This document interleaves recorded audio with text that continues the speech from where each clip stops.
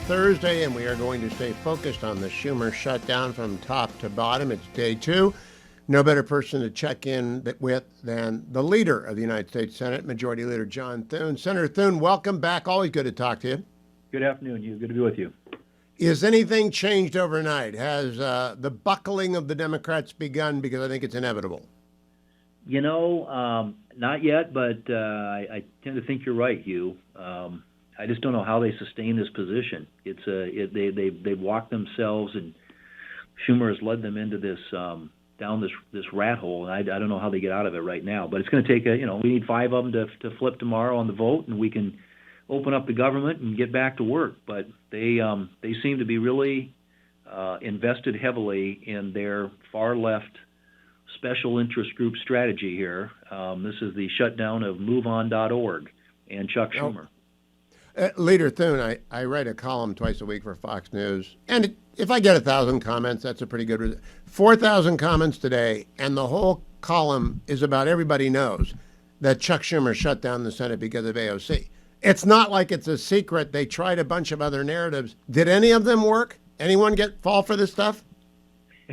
Well, I don't know how anybody can fall for it. It's just such the narrative they've tried to construct out there that this is somehow they're trying to manufacture this huge healthcare crisis, and then they come up with this crazy bill which loaded up with $1.5 trillion of new spending and free healthcare for illegals, and it's clearly he has to, I guess he just has to bow at the altar of the far left, and I don't know, maybe for political survival, but I don't know how this washes in the long term with the American public. The American people see through it. I think you're right, and most of them realize what we're talking about here is a short-term extension to fund the government and then to get back and do the other work. He's tried to hijack this short-term funding resolution to do a whole bunch of the liberal left-wing wish list, and I think the American people are seeing through it.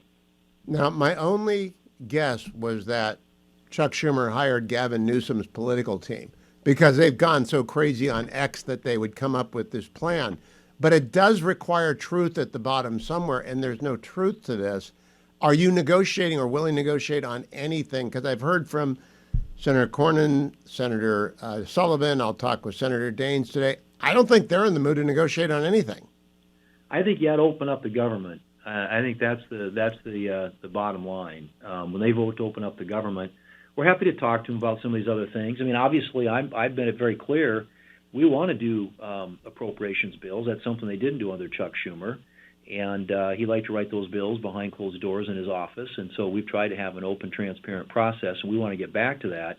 And I think a lot of his rank and file Democrat senators do too. But he's got them right now in a tough spot. But I'm hoping that they'll see the light and realize that this is a losing strategy, and it hurts the very people that they profess to represent. You got a lot of government employees and folks across the country who are going to be harmed by this shutdown, and it's totally avoidable. And but Schumer's put them in this spot now, and I don't know how they get out of it, but they've got to vote to open the government first and foremost, and then we'll talk about whatever they want to talk about later. Senator Thune, a great Buckeye, Ulysses S. Grant, got the nickname Unconditional Surrender when Fort Donelson, which was held by the Confederates in 1862, they wanted to negotiate. And he knew the general, a guy named Simon Bolivar, I can't remember his last name, and U.S. Grant said, unconditional surrender immediately. Are you like John Unconditional Surrender Thune right now? Look, you know me, I'm a reasonable guy, but I just don't know. I don't know what that is. I can't figure out. We've given them a very clear path out, and that's where it starts. You got to open up the government. We can't be held hostage to these crazy far left special interest groups. If they start making this the practice, and we start giving into it, it'll become the norm. It'll normalize. I think we need to hold the line and stay unified. House Republicans, Senate Republicans, the President of the United States, President Trump's ready to sign the bill. The House sent to the Senate.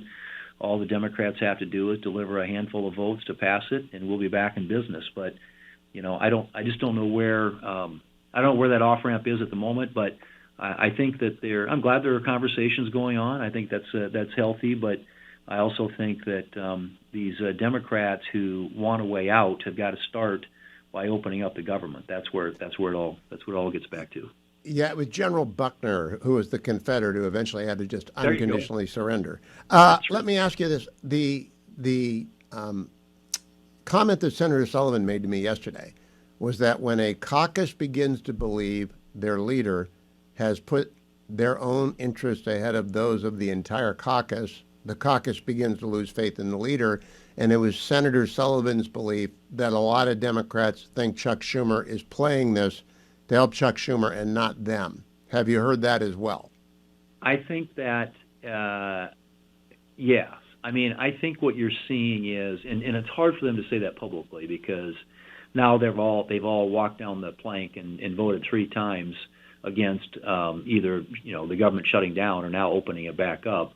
So, but it seems to me at least, Hugh, that they're starting to realize that this was a really dangerous strategy and one that has some political benefit, perhaps to him personally, and maybe to the far left movement. But they're out of the mainstream of the American people, and most of these Democrat senators, they represent most of them blue states, but they're not states that are crazy left. And I think they're starting to recognize what happened, and so we'll see if that fissure continues. But it's something's going to have to give here because they've gotten themselves into a heck of a bad spot because Chuck Schumer deployed a strategy and they walked blindly and followed behind it, and now I think they're figuring out it was a strategy that was heading them into a brick wall. So a couple of last questions. When do you hold the Friday vote, and are you going to hold votes on the weekend or wait until Monday? We're going to vote tomorrow. They'll get you at a 4th chance to vote to open up the government tomorrow, and if it fails, then we're going to have people. We'll let them think about it Saturday and Sunday, and we'll come back and we'll vote again on Monday. And then, how do you think this is playing in Virginia and New Jersey, where voting is underway? There are a lot of federal employees in Virginia. I don't know much about New Jersey at all, but it just seems to me that the Virginia employees, especially those in uniform, are not happy about having to worry about their paycheck in 2 weeks. I think that's right, and I think you're starting to see evidence of that even the public employee unions have got to be saying this makes no sense to us.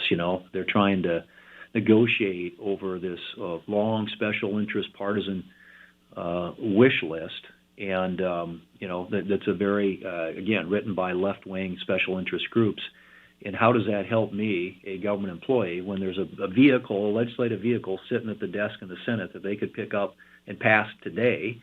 Well, we're not here today, but tomorrow, and the government opens up and my job's safe. And it's just, again, I think that's becoming reality and starting to sink in with a lot of those folks. And so hopefully some of those members, Democrat senators from those states, will start hearing the message from their constituents.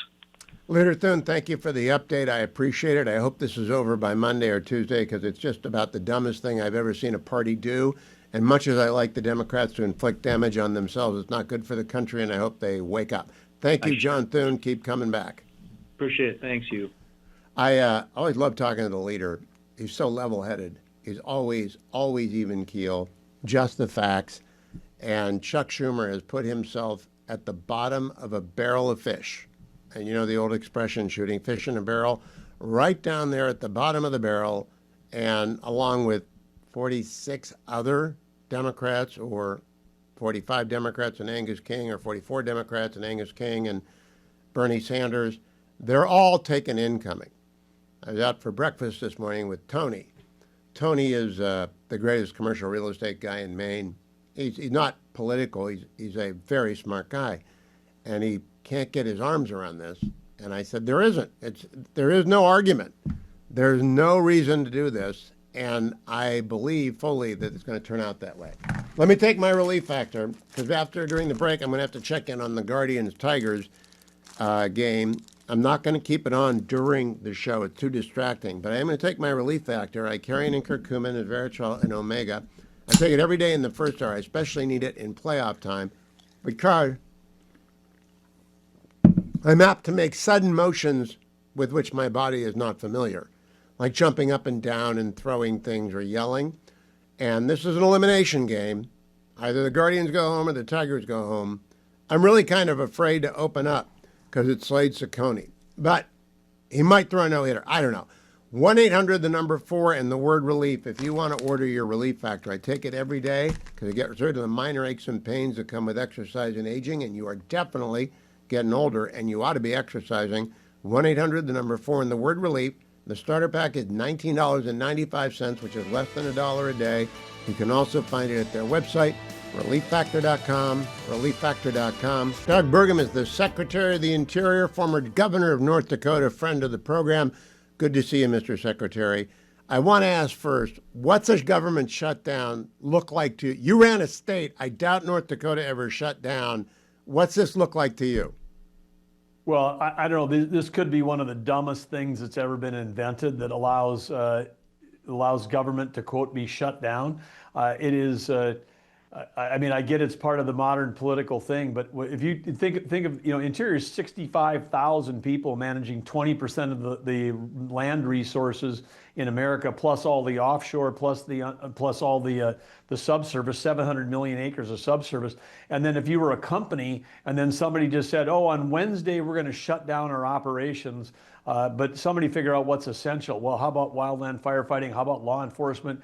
How about health service? How about national parks? Okay, we're going to keep all those open with what? You can't use appropriated money to keep these things running. So it just sends everybody scrambling to try to figure out a way to perform emergency operations to keep stuff open, and it does nothing for the American people. And in this particular place, with this Schumer shutdown, Democrat shutdown, there's not even any policy on the line. There's nothing on the line here. It's like the House has already passed a continuing resolution to keep funding the same. And so this is 100% political. And if Democrats, disagree with the policies that have been passed by Congress, then get the government going again and then introduce legislation and see if you can get it passed.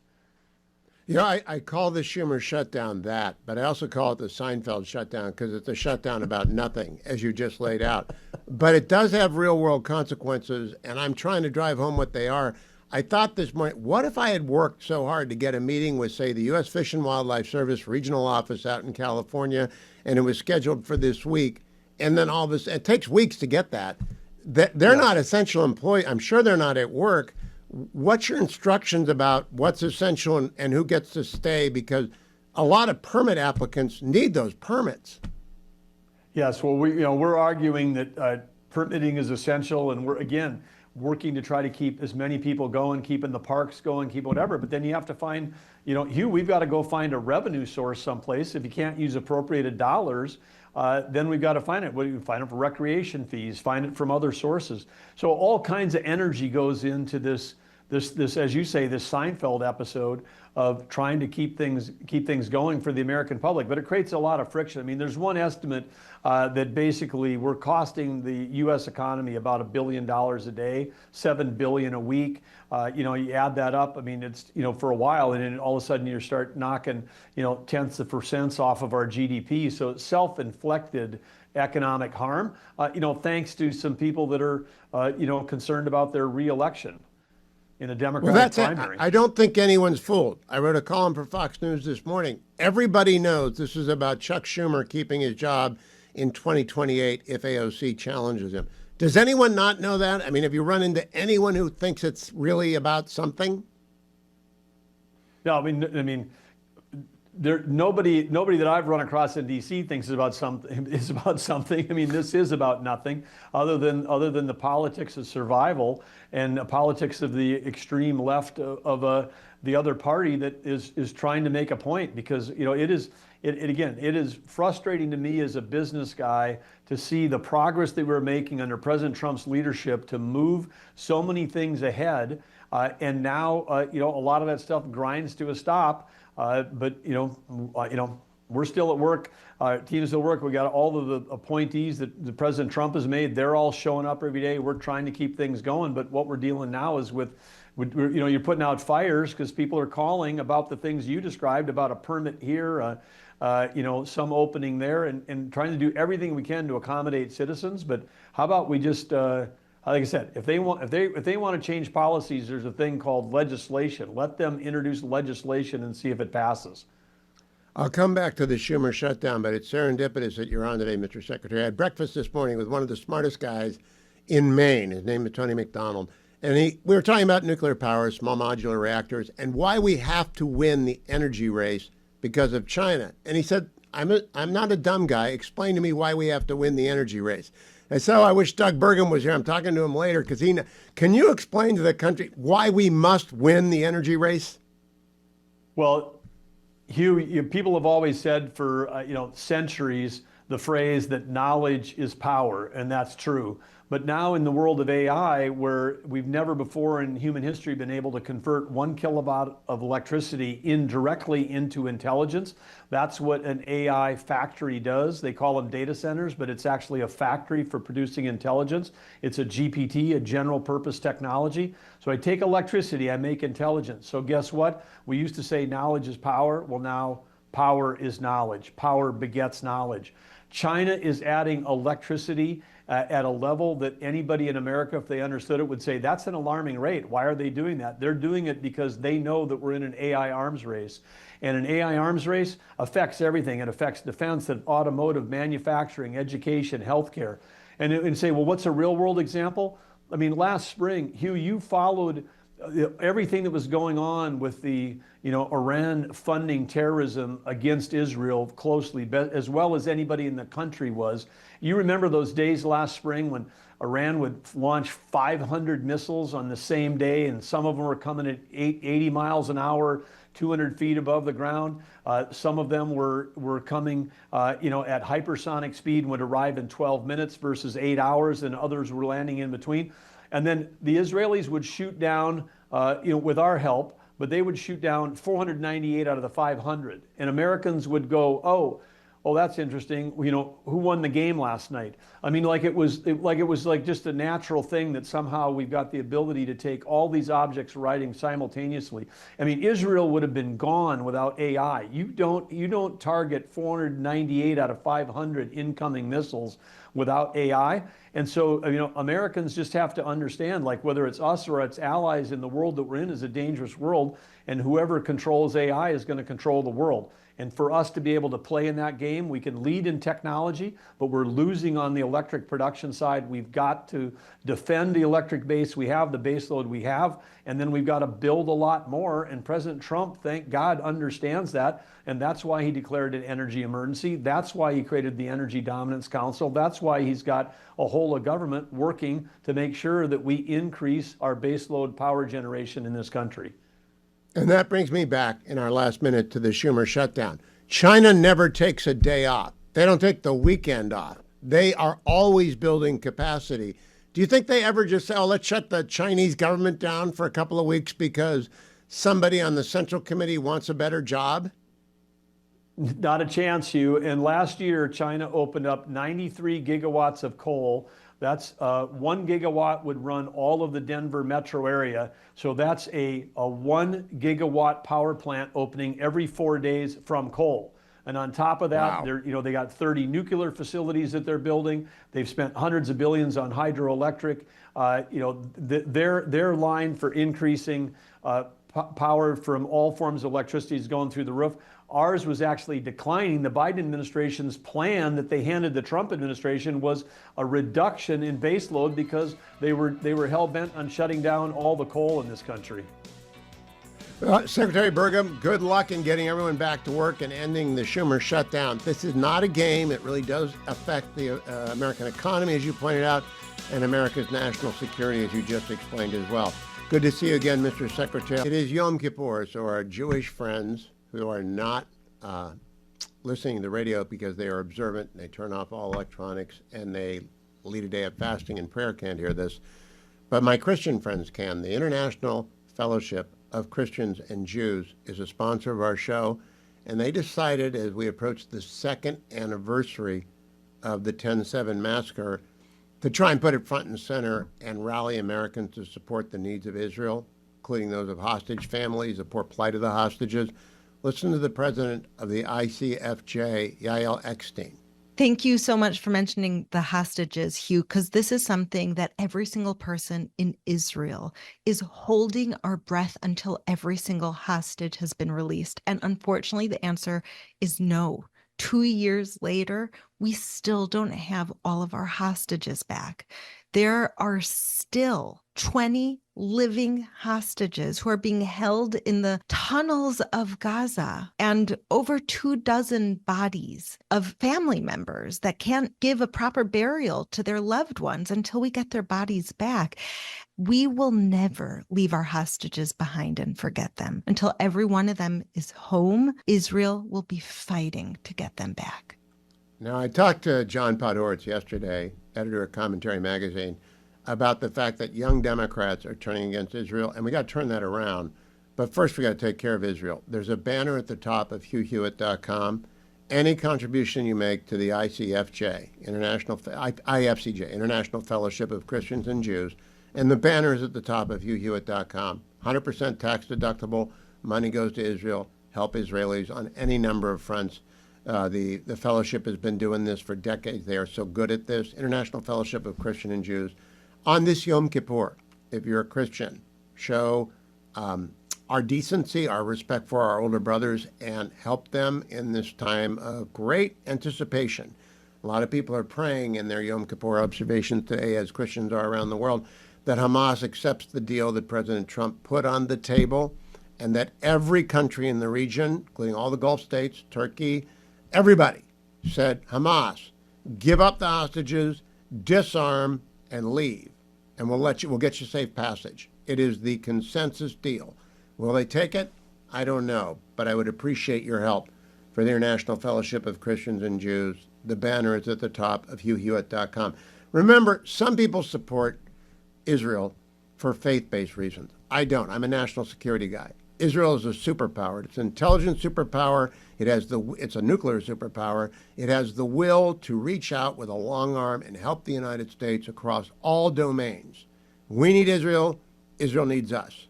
It's the most important partnership in the world, the United States and Israel.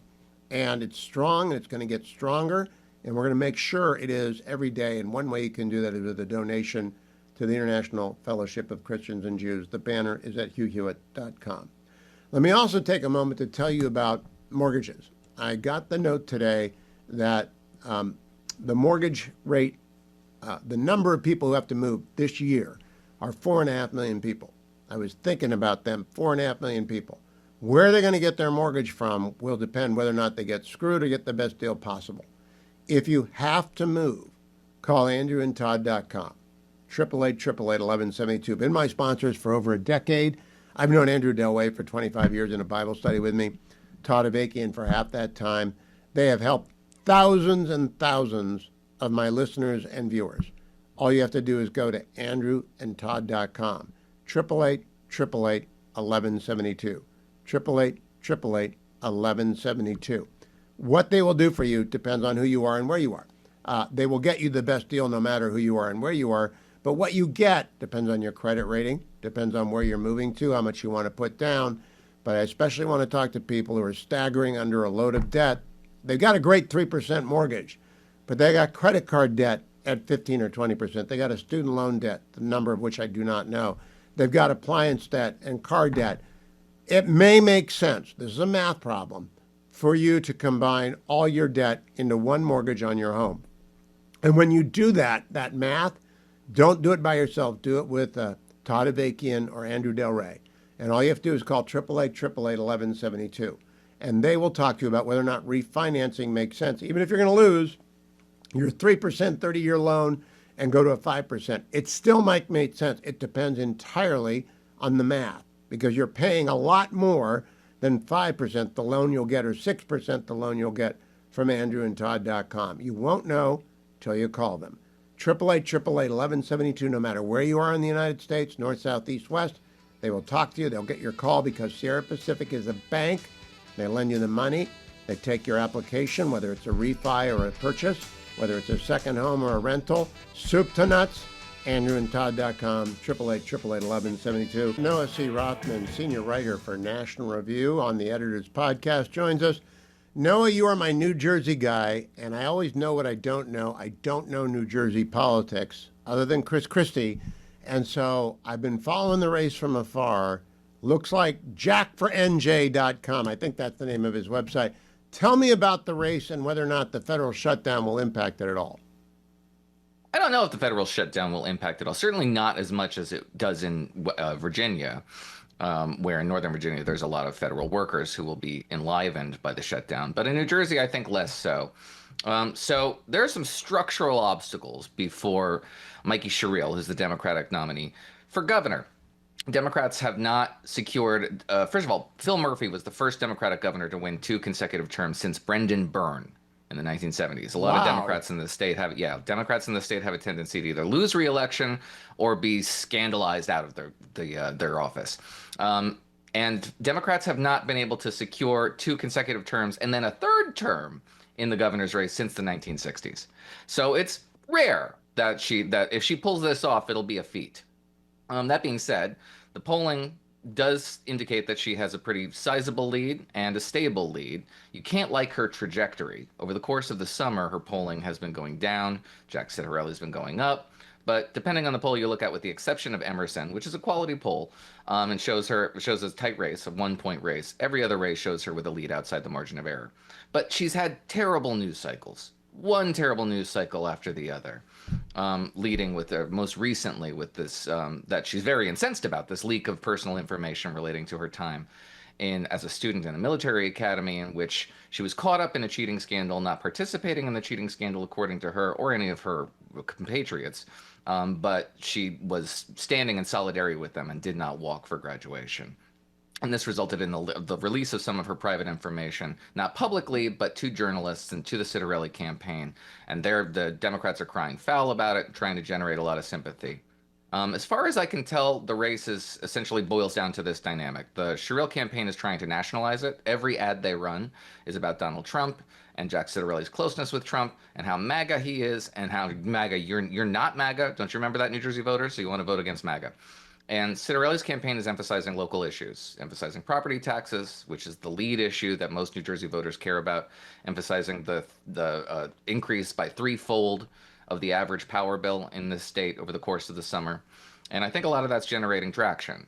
And the last governor's race in 2021, Ciattarelli was the nominee as well, and he way outperformed expectations. Nobody saw him coming as close as he came to the governor's mansion in 2021, beating the polls. Now, maybe that's COVID era stuff and the problems with polling in the COVID era, or maybe the polls just can't capture Republican voters, and we got indications that they don't capture Republican voters very well in 2024. So who knows, but Ciattarelli does have a puncher's chance in New Jersey. I read the story about the release of her military records, and it's unfortunate that the FOIA officer did not delete the personal information. It also has nothing to do with Jack Ciattarelli. Nothing. Zero. He did not do... His campaign was the recipient of that information, and it was a third party, too, but nevertheless. Right. Yeah, and so there is no sympathy to be had there. But what I didn't understand is that the Annapolis Honor Code is you shall not tolerate nor tolerate other people who cheat. You shall not cheat or tolerate people who cheat. I thought she got winged by it because she knew someone who was cheating and didn't turn him in. Do I have that story right or wrong?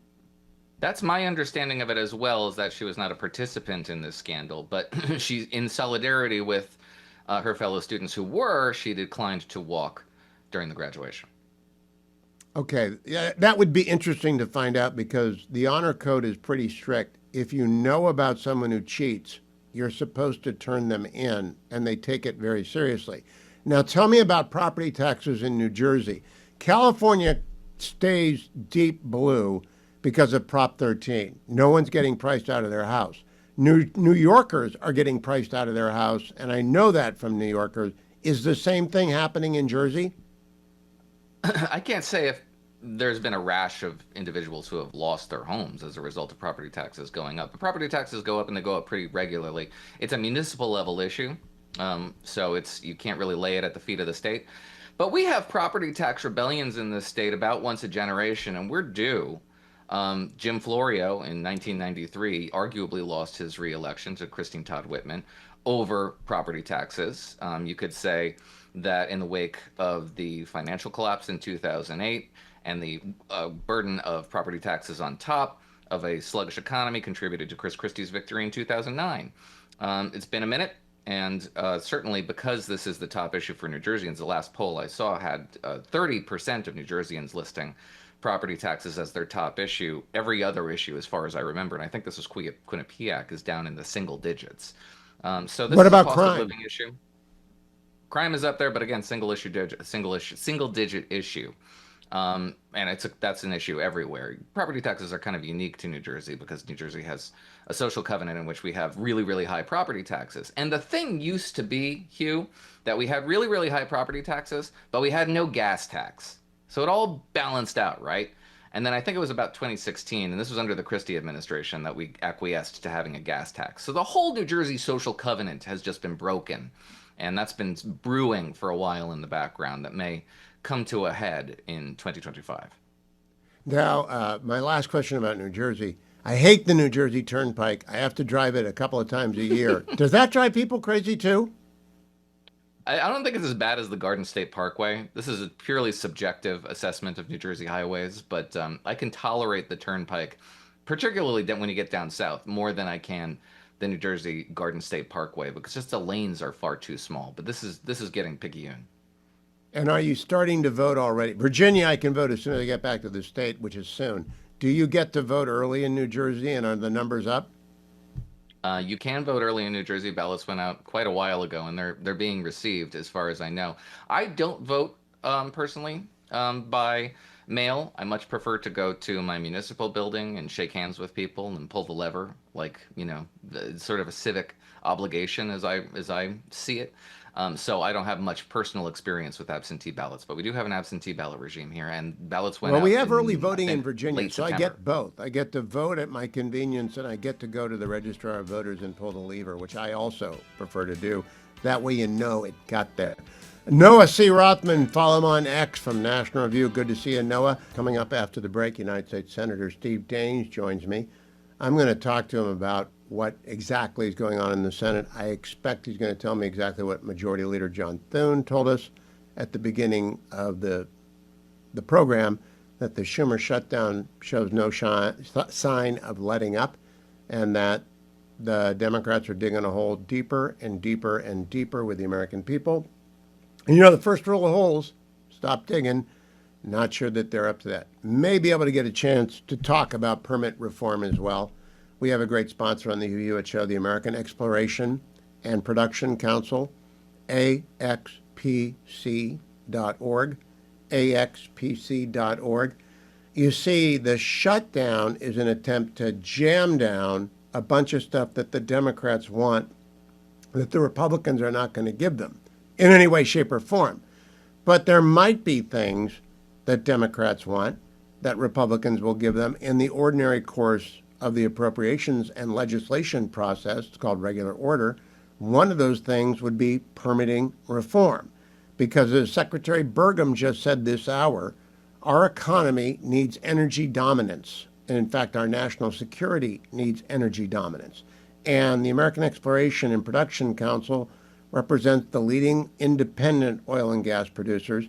It has a blueprint for Congress to fix the broken permitting system that makes it hard to get natural gas and oil out of the ground or out of the ocean and across pipelines, makes it hard to permit pipelines, makes it hard to permit wells on our land, and we got to overhaul the permitting system. And one of the things that I think Republicans might negotiate with Democrats about for whatever their pet project is can we please get permitting reform? See, Republicans argue for things that benefit all Americans, like energy production. Democrats argue for subsidies for their interest groups. Well, sometimes the get is worth the give. I don't know. I don't have to do that. Steve Daines will know. But in the meantime, head over to axpc.org, axpc.org. One other sponsor that I'll mention right now, the American Legislative Exchange Council. I was just talking about New Jersey and property taxes. Made me think of Rich States, Poor States, richstatespoorstates.com. Rich States, Poor States is sponsored by ALEC, and ALEC is alec.org/U. Two things you can get. Number one, if you want to find out what's going on in the states, go to alec.org/U. You'll have an opportunity to sign up for the free weekly State of the State newsletter. You'll find out there are 50 states. There's stuff going on in all of their state legislatures all the time. You never know when good news is coming. In fact, Mississippi has been the centerpiece of reform in the last year on a number of different fronts. We started talking with Noah Rothman about property taxes in New Jersey. I don't know what they plan to do in New Jersey if Jack Citarelli wins, and I hope he does, but one thing you can compare, if you get richstatesporstates.com, you'll get a book. It will rank all 50 states based on all sorts of indices, including property taxes, state of the education, income taxes, business environment, regulatory growth. Go and get it, and I don't have mine with me, but go find out where New Jersey sits at richstatesporstates.com, richstatesporstates.com. Day 2, hour 2 of the Hugh Hewitt Show during the shutdown, and I'm still here, and I'm still talking to Senator Steve Daines, represents the great state of Montana. He's always candid with me, and he knows the audience is sophisticated, so he doesn't mess around. Senator Daines, I don't see the Republicans giving an inch here, and do you? No, there's no reason to. I've been through a few shutdowns over the years, 2013 under Obama, 2018 with Trump. Look, we're in day 2. These shutdowns start with a great big bang. They usually end with a whimper. When the Democrats will finally figure out they're not going to accomplish any policy objective or political objective, and they'll surrender and we'll move on. That's the way this will likely end. I hope when we have the votes tomorrow on Friday that we'll get 3, well, now we'll need 5 more Democrats to join the 3 that voted with us before. It's starting to crack. The question is when that dam finally breaks. It might break tomorrow. Maybe it's next week. We'll wait and see. Senator, I got a column. I rarely get 1,000 comments over at Fox News. I'm at 3,000 comments today for a column titled "The Beltway Bubble Leads Democrats Off a Political Cliff." And its basic premise is everybody knows what's going on here. Leader Schumer is afraid of AOC, and he is sacrificing his caucus for his own political ambition, and a lot of Democrats don't like that. Dan Sullivan confirmed that for me today. Is that your assessment as well? It is. I'd add one more threat to Schumer. So there's the AOC threat. There's just the existential threat he faces in terms of his political career of being the minority leader for the Democrats. He's got problems and division within the Senate Democrats. Obviously, this is a Hail Mary pass that he's made after he was vilified back in March when he walked the plank, politically speaking, to support the CR. But this time he learned that when he put his hand on that stove, it got burned. Well, his hand's going to get burned on this stove as well. It's just a matter of time, I think, when Schumer's going to see that that he loses either way on this shutdown. He really does politically, and he's not playing this very well. The facts, the truth are on our side. We've got nonstop running loops of Schumer, of course, criticizing Republicans for voting against the clean CR. The hypocrisy there is so obvious. He's in a really an untenable position. So the question is, does this fever break tomorrow afternoon when we vote, or is it sometime next week? Now, Senator Daines, one of the reasons I was glad to see you were available today is we do get into the political minutia with you. You ran the Republican campaign that got the Senate back in Republican hands. So you're not having to raise all the money and do all the traveling this time. Senator Scott has to do that. But I know you're looking at the map. You know Mike Rogers from the last cycle. He's running in Michigan. I don't know who our nominee is going to be in Georgia. They're trying to get the invulnerable Susan Collins, my dear friend and chair of the Appropriations. They're not going to get her. Does this help any of their candidates, or does it hurt any of our candidates? I don't think it matters. I think this will be a distant memory by the time we turn the corner into October, November of 26. So it's typically in D.C. The news cycles last not 24 hours, but about 24 minutes. And so this will be a distant memory. I really don't think this will have any impact at all on 26. How about on the Virginia governor's race and the New Jersey governor's race? That's not in your strike zone, but it's not too far outside. You might go for the pitch. It is. It's a little closer here in terms of an imminent type of election. But I'm not convinced, other than perhaps in the short term, energizing one base or the other. In terms of energizing voters, perhaps. But in terms of a policy fight at the moment, I really don't see this as being a consequential issue at this point. All right, now looking down 6 or 7 weeks, I think they'll fold too, and I think they'll fold soon because it's an avalanche of negative headlines, and the Schumer shutdown is now tattooed on him. It's tattooed on everyone. If you look 2 months ahead when the appropriations process has to wrap up, is there an actual negotiation that will happen then that will give the GOP a few things and give the Democrats a few things, but end up with actually a sane appropriations process? That's the hope, and it'll depend a bit how this ends, this shutdown. But this is, if you have a quiet conversation with many Democrat colleagues, they want to get back to regular order, as do we. And frankly, we were making the best strides we've ever had here in years under John Thune's leadership, under Susan Collins' leadership, getting 3 appropriations passed and across the Senate floor, ready to go to the House for conference. So that's what needs to happen. The question is, there enough time between now and November 21st to get all that completed? There is, if we put our mind to it and say we got to get this done.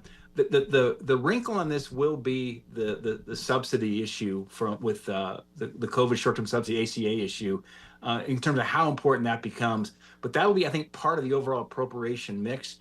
From our Republican viewpoint, that was meant to be a short-term COVID subsidy that none of us, by the way, support in the first place. $350 billion is the price tag to make that permanent, and is absolutely rife with fraud and waste and abuse. So that could be a sticking point, but I think we can get through that as we go forward here. I know President Trump will be part of negotiations as we get the appropriations done. Wouldn't it be amazing if we actually got all the appropriations done by the end of the calendar year? That would be the first time in years that that's happened. And again, remembering that the audience kind of listens, it's inside the Beltway. Is it possible to trade some of those subsidies, give them, maybe narrow them, and make sure that they're really going to people who are indigent but for the subsidy tax credit, in exchange for, say, defense appropriations, energy grid upgrade, nuclear power permitting reform? There are lots of things Republicans would like that Democrats don't want to give. But isn't that normally what you folks do in the Senate? There's some possible horse trades there, Hugh. I mean, it is such a terrible provision, frankly, just looking at it objectively. Never mind the political issues but looking at it just objectively in terms of policy, it really is a terrible policy. And so I think the policy have to be significantly reformed and revamped in order for it to be, I think, palatable for Republicans. But it's something that's very important to Democrats. So in terms of currency for some kind of a trade and appropriations or some kind of negotiation, certainly it will be on the table. And the question is, if we have to move down the path of some kind of reform that would have to be significant to that policy in exchange for some really good things that we want, obviously it could be in play.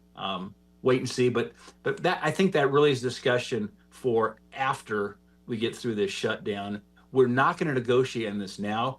It's a very simple binary choice. You either accept a clean, no strings attached CR extension to November 21st, or this massive $1.5 trillion debacle that is not even a reasonable proposal that Schumer's put on the table. Yeah, I keep thinking of this as Russ Vogt is like Patton without gasoline, and they're giving him gasoline, and he's just going to take the Third Army through all the government spending if they don't reopen the government. So they're going to yield. I am looking to ask one more question about those 6 to 7 weeks out. Which committee are you sort of running point on, Senator? Which one is your favorite or most important committee to you? I tell you, I mean, Hugh, it's just like trying to pick your favorite grandchild right now. But I love being on the finance committee because of the jurisdiction certainly on taxes and healthcare policy. But of course, we played a big role in the big beautiful bill and permanence on the tax policy. Senate Foreign Relations, I made a swing through Israel 2 weeks ago. I was there in Gaza at the Kerem Shalom port that's in the border there between Gaza and Egypt and Israel, and then followed up by being in Qatar and UAE last week as part of helping try to take the temperature down post the September 9th strike there in Doha. So in the foreign relations lane, there's a lot of really substantive kind of work going on as we speak, and certainly now with the hopefully the 20-point plan that Trump has put forward here on resolving Gaza. And then third, energy and natural resources. That's the committee I've been on the longest. And that's just, I love working on energy resources issues. I'm a chemical engineer by degree. If you don't get energy security right, you don't get national security right. So it all ties together. But anyway, I'm having fun on all three committees right now, Hugh, and all of them are dealing with very substantive major issues for this country. We got to get the small nuclear reactors permitted, so I'm hoping you do that. But we got a minute, Senator. Do you think we get the Trump deal with Doha? And I know Ambassador Youssef was coming to see you last week. Do we get that deal before our Jewish friends come back from Yom Kippur? They're not listening today. They're observing their High Holy Day. But what do you think? Well, this is the best hope and probably the most optimism I've had in quite some time in resolving the stickiest issue, probably on the planet, is Gaza. Because if we resolve Gaza, that has a ripple effect across the Middle East with UAE, AI, data centers, power generation. It's all in Hamas's hands right now. We're gonna reveal Hamas's true colors. If they take the deal, I'm very thankful. I'm just still skeptical they really want a deal. We'll see what happens. We'll say some prayers for that. Steve Dane, Senator from Montana, thank you for joining me, Senator. Guardians made it a new ball game in the bottom of the fourth, 1-1. It's amazing. The Guards have 17 outs left. Tigers have 15 outs left in their season, right? They're down to 5 innings. And bottom of the fourth, they got one runner on. Not that I'm watching the ball game. I do want, however, to finish off the interview I did yesterday with Leland Vittert, who wrote this amazing book, Born Lucky. I think this is maybe one of the most important books I've read in years, especially for children with intellectual disabilities, their parents, family, friends, and adults with intellectual disabilities. Leland, I did not know, is autistic, and the story is gut-wrenching. It's also very candid and very powerful. Here's part 3 of that interview with Leland from yesterday. My peer group where I could succeed. That was number one. But I think number two, what is interesting that you are getting at is how Dad was always incredibly direct and blunt with me. And the tennis story is a perfect example of that. I really wanted to learn how to play tennis. Dad was a very gifted athlete, great tennis player, great golfer, on and on and on. And in 7th grade, there was a girl I liked, so I tried to pick up tennis to try and take her to play tennis. And I had 3 or 4 tennis lessons, and Dad came to watch the last one. And at the end of the last one, he looked at me, he said, I have to be honest with you. You are never going to be able to play tennis. You're uncoordinated. You have no hand-eye coordination. You can't really run very fast. You're never going to be able to play tennis.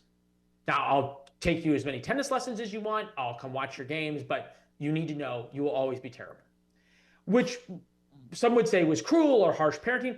It was great because it set me free from ever wanting to try to play tennis. I'd move on to other things. But more importantly, it meant that when my dad told me I could do something, that I knew he was telling me the truth. And that issue of always telling the truth was so important, and always being there. You said at the bottom of the driveway. And it was in your grandfather's dry goods store. I love the emphasis on truth telling. The one time you didn't tell the truth to the Costco salesman about you got out of it. You talked your way out of it. People have to read the book, but it did come back to bite you almost in the rear end. I want to talk about a couple of people. Stan Mick. Because flying and rowing, I did not expect to find in Born Lucky. Stan Mick is a hero. He's dead now, but this is the message to people who don't have a child or a family relative with intellectual disability, but who might come across them. You can be the most important person in a kid's life and have no idea. Although Mr. Mick must have figured it out, right? He did. He knew he was important to you. Mr. Mick was my flight instructor, and when I was a little boy, I wanted to fly. My dad hated airplanes, on and on and on. And I think he realized that it was a way to give me self-esteem and give me a way to accomplish things and have something outside of my peer group that could be special and could be big to me. It's no different than kids who play travel baseball or whatever. It's the same kind of concept. It just wasn't sports for me. So I started to learn to fly. Mr. Mick was older at the time. I bet he was probably 65 when we started flying together. And magnificent man, very different than my father, very quiet engineering type, but it required me to learn all sorts of things, right? It required me the discipline of studying every night for my tests. It required the discipline of not quitting and the power of not quitting. I also got airsick. So in Born Lucky, you're in the plane with us, and I'm throwing up all over three this tiny times in little the plane. book. Oh yeah, that's this tiny little plane. It's like a sewing machine. But my dad says to Mr. Mick at some point, why don't you just tell him he can't do this? I really wanted to have this achievement of flying across the Atlantic Ocean. And he said, just tell him he can't do it. Like the vomiting and the difficulties and everything else. And Stan looked at my dad and said, if he won't quit, I can't. And boy, what a powerful message that is. That is an amazing message. If he won't quit, I won't. If he can't quit, I won't. I also want to talk to you about Fudgies, Perma Fudgies, and your helper, Don Yeager. Because yes, Yeager must have had an ear for story. You must have spent a lot of time with him, Sports Illustrated, famous writer. And he must have been, did he register disbelief when, for example, Do You Sing Without Naked, the story on Lake Geneva, or the Perma Fudgy story? You have a memory for all these details. Was he amazed? Well, look, Don and I have become dear, dear friends. This is my co-author. And the way this project started, Hugh, is that I had written about 700 words about Dad, and really just for myself, and kept them to myself. And I thought maybe sometime I'd try to do an op-ed about Father's Day or something, but I had never told anyone that I was on the autism spectrum. Nobody. And I was talking to somebody who I worked with who was trying to help me on TV, the coaching of actually the TV performance. And I said, I've never told anybody this, and I don't ever want to use something as an excuse, but when you're talking about reading emotions, you should know I'm autistic. And it's very hard for me. And the person was blown away, just said, I can't believe this, on and on. And she said, have you ever told anybody? I said, no. And I sent her those 700 words. And those 700 words made their way to Don Yeager, who is the father of an autistic child. Oh. And he called me and he said, I have to tell this story. And I didn't want to co-write her. I wanted to do, if I was going to write a book, do it myself, on and on. And he is the most magnificent man. And as you point out, the most magnificent storyteller. And you know what, Hugh? He asked questions and forced parts of this story out of me, and frankly, out of my dad and mom, that wouldn't have been there otherwise. And it's been just a remarkable relationship that we have built together. And you're right, unbelievably fantastic writer. And we sort of did it where he wrote the first half of the book and I edited it out of the stories that we all came together with. But because it was my mom and dad, I thought that would be helpful for him to have more of a voice in. And then the later chapters that were really my stories, I was much more involved in writing, and then he edited them. Yeah, that's professional. That's actually, I did this job.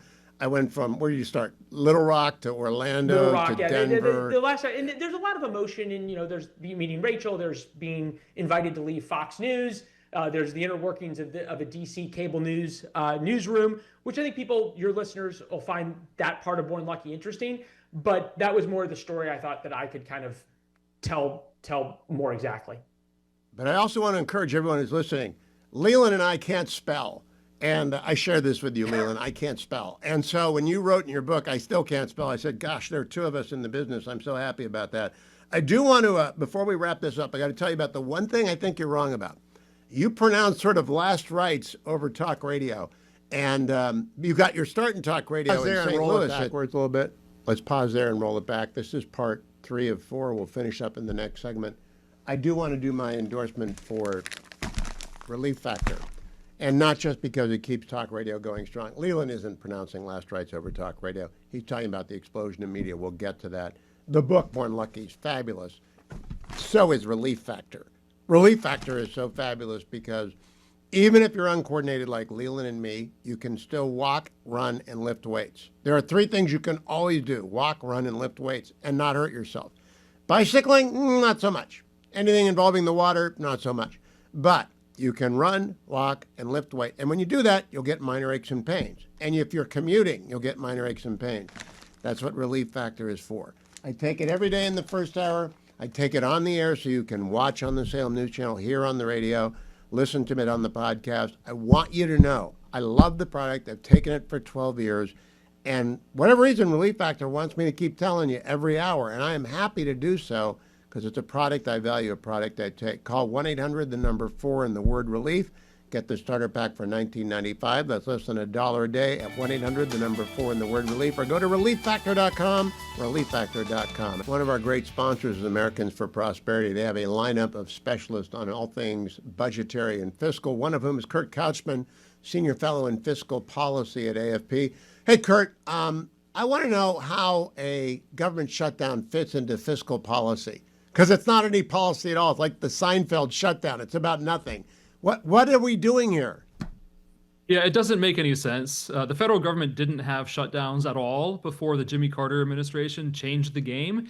And we should go back to that, not having shutdowns. And we should have a budget process where members can actually get all their work done because they want to, not because they feel compelled to. We don't necessarily have that right now, but that's a key part of getting things back on track and eliminating this nonsense disruption for the American people. Kirk Couchman, are you and AFP helping Russ Vogt and other parts of the administration come up with some ideas how they might use this shutdown to save some money? Well, Russ has been thinking about this very carefully for a long time. He's got plenty of ideas. And our message right now is that Senate Democrats and Republicans need to come together, pass the continuing resolution that the House has already passed, get the government open again, and then we need to be turning to fixing the underlying problems with the way our government works. We just launched a new campaign today called Make Government Work. You can go to makegovernmentwork.com. And the point is to get the government working for the American people. It's a little ironic that we do it on the day when so many federal workers are on their paid vacations because of the furloughs. But here we are. Americans are sick of this stuff, and we need things to be better. I'm glad you told me that. I didn't know that you'd launched MakeGovernmentWork.com, and we'll say that 7 times in the segment, MakeGovernmentWork.com, because of the lunch law, which you got to say something 7 times, MakeGovernmentWork.com, MakeGovernmentWork.com. One more time, and we'll be done. What is over at MakeGovernmentWork.com? Bingo, bingo, bingo. MakeGovernmentWork.com is all about fixing the incentives in Congress and the government overall. So on the budget side, a couple of the main pieces are let's do more rescissions, let's cut the wasteful spending that we don't need to do. Let's prevent government shutdowns. There's great legislation to do that. One version from Senator Langford and Representative Arrington, another one from Senator Johnson and Representative Dusty Johnson. So it's the Johnson & Johnson bill. And then beyond that, we need Congress to do a real budget that has everything in it, a comprehensive congressional budget where you look at all the spending, all the revenue, see what makes more sense to do than what we're doing right now, get all the committees involved. That's the budget side. On the regulatory side, there are a number of pieces as well. One of them is the REINS Act, so that Congress would have to approve major new regulations, and that would, help check some of the excesses that we've seen in regulatory agencies over the years. Kirk Couchman, I had Secretary Burgum on earlier, and he's always wants to talk about the asset side of the balance sheet because we're always talking about the debit side of the balance sheet and the amount that we owe and spend. Is there anything in MakeGovernmentWork.com about the asset side and maybe selling some of those assets in order to reduce the debt? Well, that hasn't been something that we've looked at as part of that project, but it's true. We have enormous assets that the federal government owns. And that is a resource that we can draw on. I'm currently reading Ray Dalio's book about when governments go broke, and he thinks we've got about 3 years left until we have a fiscal heart attack. And he says that when that happens, countries do tend to sell a lot of the assets that are available to them. So I'm not hoping for a crisis at all, but that is something that we could see in the future, especially if we don't get our fiscal house in order before that. I've got my disagreements with Mr. Dalio on policy, but he knows what he's doing. What kind of a crisis does he foresee? A sort of a attack on the dollar? Yeah, he thinks that we could be facing a loss of confidence in federal government debt as a safe and secure asset underlying the financial sector. And if that were to happen, then we would have an immediate and deep recession, probably a depression. There could be not only economic destruction, but also a lot of social unrest and potentially some pretty serious security challenges as well. Like I said, he thinks we've got about 3 years to get ahead of that. I hope it's longer, but it'd be good if Congress would fix itself and start doing the right thing for the American people right now. We've been kicking the can down the road for as long as I've been doing this, which is a long time. We got 1 minute left. If you could do one thing, Kurt, I would fix Social Security and raise the retirement age by a month a year for the next 40 years. But what would you do? The first thing to start with would be the comprehensive budget to get everybody in Congress focused on making deals. One thing that might catalyze that is the kind of balanced budget amendment that could appeal to a broad swath of people. I have a new book out. It's called Fiscal Democracy in America, How a Balanced Budget Amendment Could Restore Sound Governance. And it's really about the BBA itself would catalyze Congress to figure out how to work better and do the underlying statutory stuff. All right, let's do the website again. What's the website? MakeGovernmentWork.com. And what's the name of the book? The book is Fiscal Democracy in America, How a Balanced Budget Amendment Can Restore Sound Governance. We got to do that 5 more times next time, Kurt Couchman. Thank you. Always good to talk with our AFP friends and sponsors. Time for the conclusion of my interview with Leland Vittert about his brand new bestseller, Born Lucky. Part 4 is right here. I do want to, before we wrap this up, I got to tell you about the one thing I think you're wrong about. You pronounce sort of last rites over talk radio. And you got your start in talk radio in St. Louis at the big guy, Charlie Brennan, and big name in the business in the old days. I still think it's going to matter when elections are close and when just a slight nudge matters. You got into it in the year 2000. So I don't think it's going to be dead, and we move a lot of books. But I do think you understand talk radio and the importance of talking to people. And I think, is that why On Balance is working so well? It's a great question. On Balance is the show I do 9 p.m. on News Nation. We used to be fortunate enough to have Hugh as a guest. He is now rightfully been signed exclusively with another network. It was one of our favorite and highest rated guest segments whenever you would come on, Hugh. But I think what is working about News Nation is that there is a thirst for real journalism, and by that I mean giving both sides a hard time equally, but also people have underestimated how radical the center is in America. I'm a journalist. I'm an old-fashioned referee. I call the game. I always say that there's a difference between listening to a baseball game between the Yankees and the Red Sox. There's the Yankees broadcast, the Red Sox broadcast, and then there's the national broadcast. You listen to the national broadcast, it's pretty much just here's what's happening, and that's kind of how On Balance and how we do things at News Nation. I don't think talk radio is dead. I think in what you're doing, Hugh, online and being able to be on radio and then on YouTube and on podcasts and everything else, people always are going to want to hear really smart folks like yourself have these conversations. The difference, I think, with what I do is we're not partisan about it. We don't pick sides in the fight. And we're different because we'll actually tell you what we think. And then we'll have people on to challenge us, which none of the other TV networks. It's a fabulous show. People should watch it. I want to go back to the book, especially to the part that I want everyone to hear who's listening. People don't want to hear about broadcast. They want to hear about intellectual disabilities and what you do with them.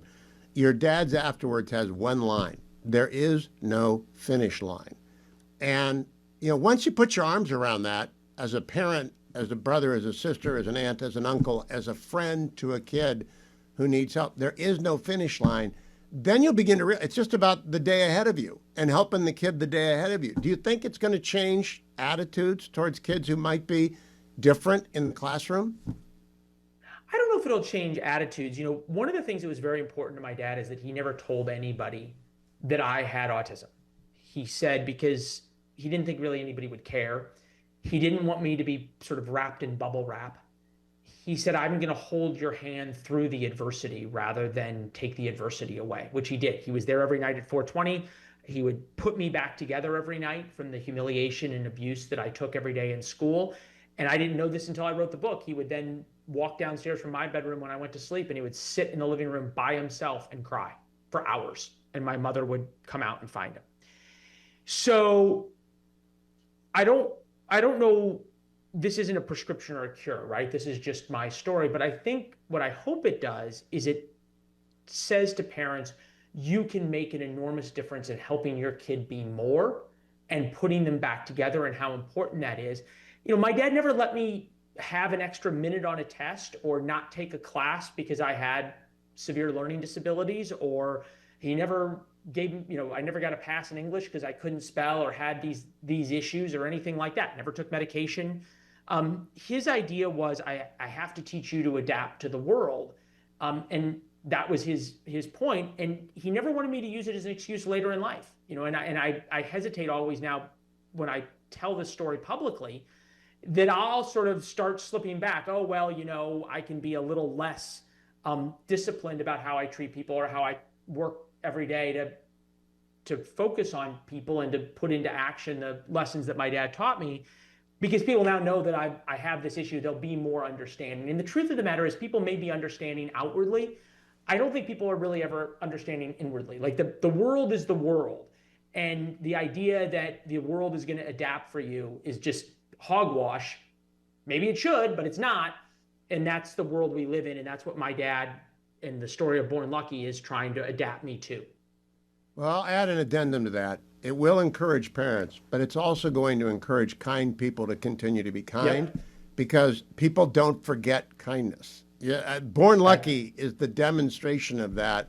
And you did it methodically. You never said you were doing it. You just told stories about people who weren't, I can't use some words on an FCC affiliate, who weren't that way. And there were sure a lot of jerks in your life, but there were also a fair sampling of small saints. I'll use a small s saints, and maybe some giant saints, your mom and your dad certainly.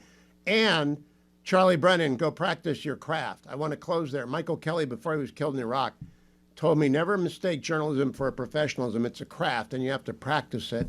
So woven in this book is simply do the work. Just do the work again, and live next to your phone, show up first, get the assignment desk to love you, and it'll work. Leland, last question. Has Medill asked you to come back yet to talk about this? No. They have not. I don't expect them to. They sort of blackballed me after I started working for Fox. The Medill Hall of Fame had all these journalists that have certainly been successful. You could argue that I'm by any reasonable measure would be part of that. And they have not. And look, that's fine, Hugh. This book is not about my success. And Born Lucky is just a way of my story that hopefully by putting it out there and being vulnerable and explaining, I think, as you said, really rawly, the hell that I went through will give other parents, families, kids hope.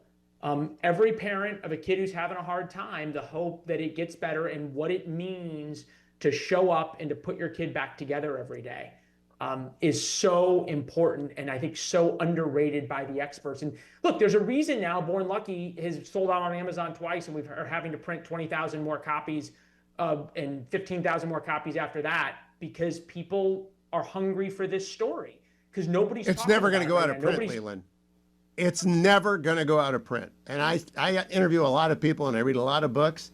Ron Fournier hit me with Love That Boy, and you hit me hard with Born Lucky, and I think a lot of parents and a lot of kids are going to benefit from this. Congratulations on it. I took you 32 minutes. I said 30, but I appreciate the time. Born Lucky. You might have to wait a week because they've sold out at Amazon, but go get it. Born Lucky by Leland Vittert. See him on News Nation tonight. Thank you, Leland. Today is Yom Kippur, the highest holy day in the Jewish calendar all year long. Next week, October 7th, marks the second anniversary of the massacre, and Hamas continues to hold hostages, as Yael Eckstein, the president of the International Fellowship of Christian and Jews, tells us in this bit of recorded audio. I encourage you to go over and contribute to the IFCJ. The banner is at the top of HughHewitt.com. They're raising money to help everyone still impacted by the massacre, and especially families of hostages and those affected. Here's Yael. Thank you so much for mentioning the hostages, Hugh, because this is something that every single person in Israel is holding our breath until every single hostage has been released. And unfortunately, the answer is no. 2 years later, we still don't have all of our hostages back. There are still 20 living hostages who are being held in the tunnels of Gaza, and over 24 bodies of family members that can't give a proper burial to their loved ones until we get their bodies back. We will never leave our hostages behind and forget them. Until every one of them is home, Israel will be fighting to get them back. And you can help in that fight with a contribution to the International Fellowship of Christians and Jews. There is a banner at the top of hughhewitt.com. You cannot miss it. If you're a Steelers fan, please go and be generous. Let's go to the Senate montage. Republicans talking about the Schumer shutdown, cut number 8. Senate Minority Leader Chuck Schumer, who joins us now. Senator, thank you so much for being with us. Every Republican who's gone on TV the last 12 hours or so has called this the Schumer shutdown. What do you say about that name?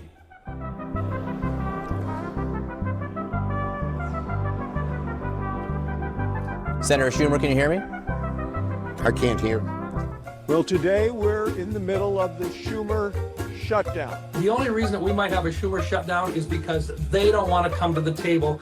I can't hear. The loon wing of the Democratic Party is mad at Chuck, and Chuck wants them to love him, so we're going to have a shutdown. The Schumer shutdown.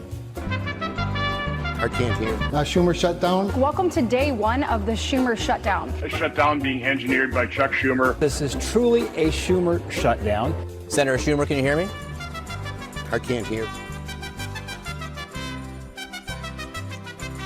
Pretty funny. I don't think Senator Schumer can hear me right now. Maybe the government shutdown included audio on Capitol Hill. Oh, he hears you.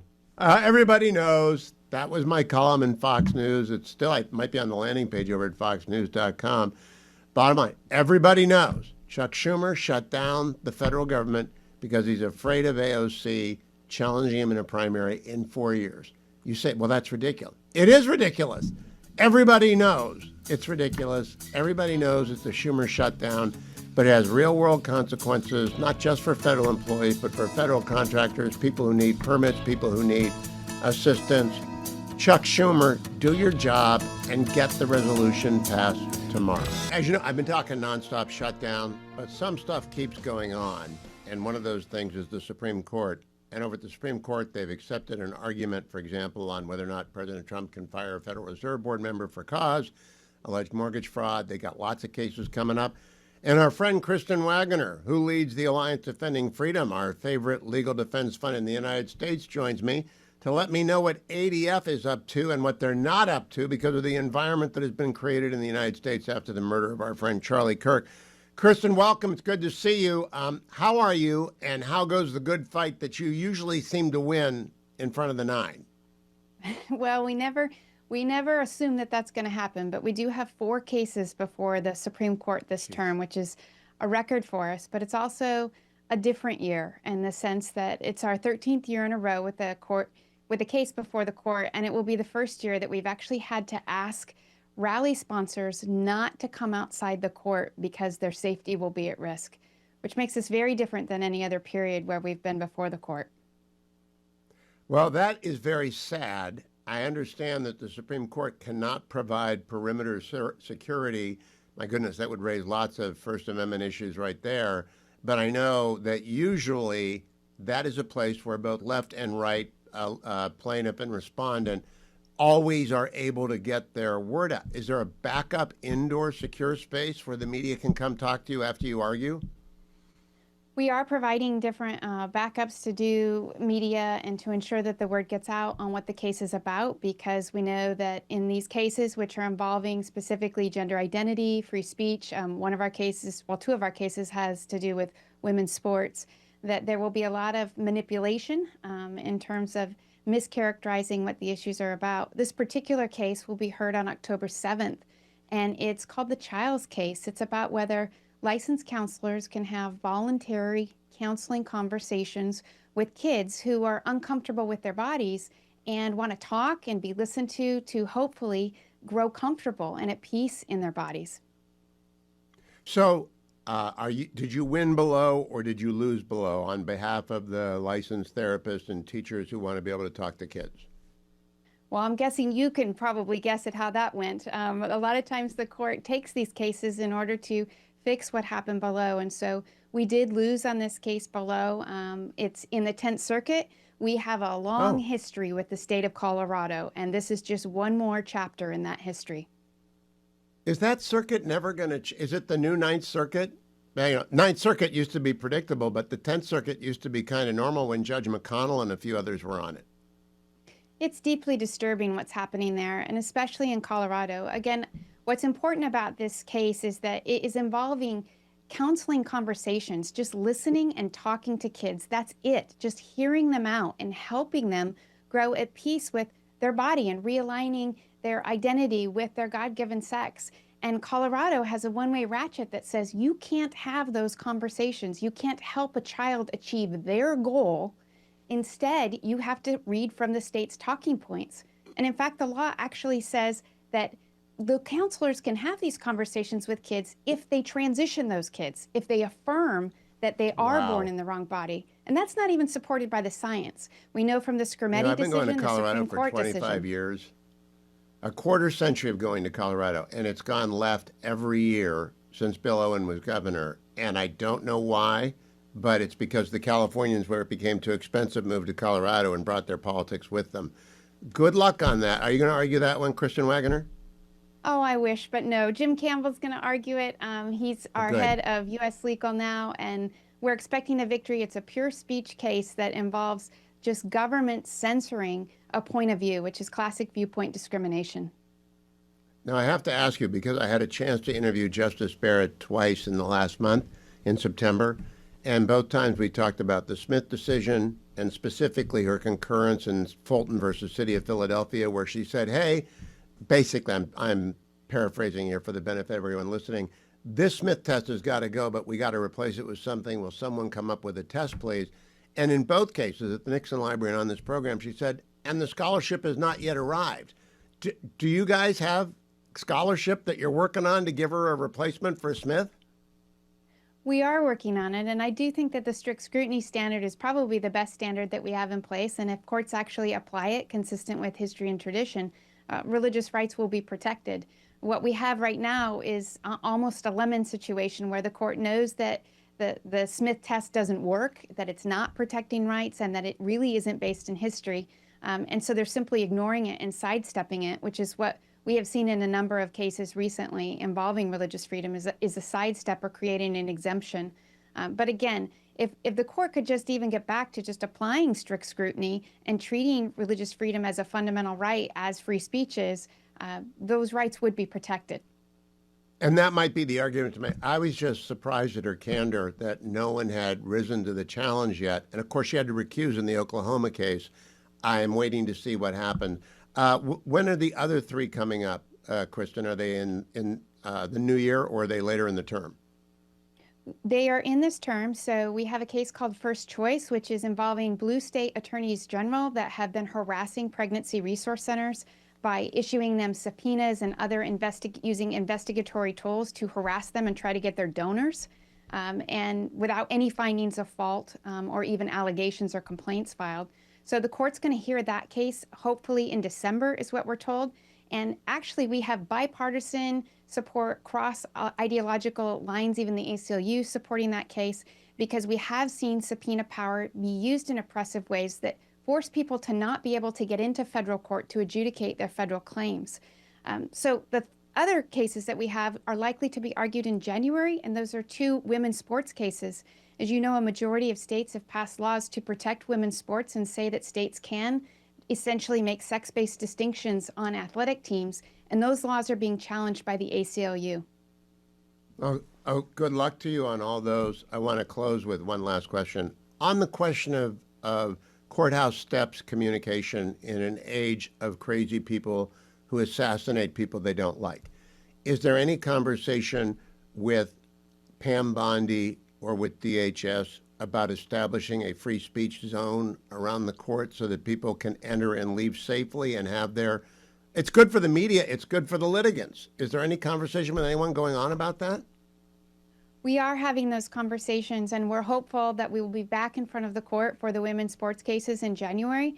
But right now, it is just not safe to have an event outdoors without additional security measures, and there's simply not time to figure that out in this moment. And I just couldn't live with myself if someone got hurt. No. It's not going to be the people inside the court. It's not going to be us who are litigating it. It's going to be the people that come to express their First Amendment rights.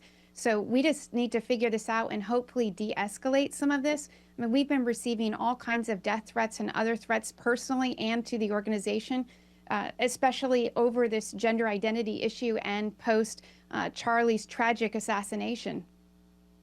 So, prayers for you and your team at Alliance Defending Freedom. People can go to adflegal.com to help them out, and we will talk to you again after the case is argued next week and then before the next three, because it's always a joy to talk to you, Kristen. Thank you for joining me today.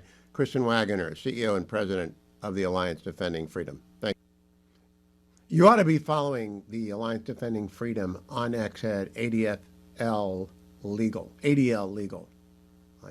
ADF Legal. At ADF Legal. Goodness gracious, too many initials for me. I want to go to a cut of Jeanne Shaheen, Democrat from New Hampshire, on Fox and Friends this morning with Lawrence Jones, cut number 7. I haven't heard anybody in my party saying that illegal immigrants should get access to the health insurance marketplace. I'm so glad you said that. Actually, I have some tape of your Democratic Party members saying this on the debate stage. So they've all said it. Let's play the clip.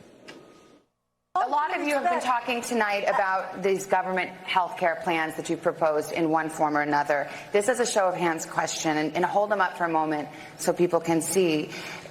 Raise your hand if your government plan would provide coverage for undocumented immigrants.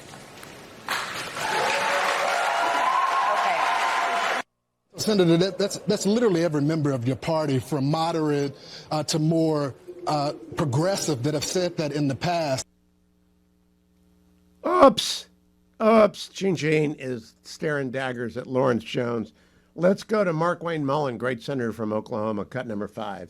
This has all happened because of the Schumer shutdown, because he's fearful of AOC running against him in 2028. If the Democrats are really concerned, they could open the government up in 5 minutes, literally 5 minutes. We already have a bipartisan bill that 3 Democrats have voted for. We just need 5 more of them to join with us, and we can open the government. Meanwhile, the ceiling has fallen in on the Guardians. It's 6-1 Tigers. I'll be hearing from my Detroit friends who blacked me out for the last month and a half, no doubt tonight. But that's baseball. Not over yet. 9 outs left. Guardians have done strange things all year. They're the little engine that could. We'll see about that. First, they got to get out of this inning because they still got runners on base. 2 runners on base with only 1 out. Sort of fell apart in the top of the 7th. It's now 6-1 for the Tigers, and the bases are still loaded for the Tigers in the top of the 7th with only 1 out. So I'm not holding out a lot of hope, but I haven't begun the stages of grieving yet. I'm joined by an old friend, Ken Calvert, Congressman extraordinaire from the Inland Empire of California. And I got to tell people, Ken is quite literally the most important member of Congress from California. We have 52 members in the House, 2 senators. Ken is the senior member on appropriations from California, as chair of the Defense Subcommittee on the Appropriations Committee. So he actually matters more than all the other members of the House and the Senate. So Congressman Calvert, welcome. You can agree with me later about the Guardians, but tell me right now, what is the shutdown, this Schumer shutdown, doing to the Golden State? Well, it's not good. It's these shutdowns never work. We've done them and it didn't work. And now the Democrats have walked into this, and they got themselves in a box. It's going to put a lot of military personnel here in California in a position of anxiety. They don't know if they're going to get paid next week or not. They got enough problems already with not having to deal with this. And so hopefully we can get this resolved here soon. Some cooler heads will come in and vote to get this clean CR passed, and we'll try to work out our appropriation bills in regular order.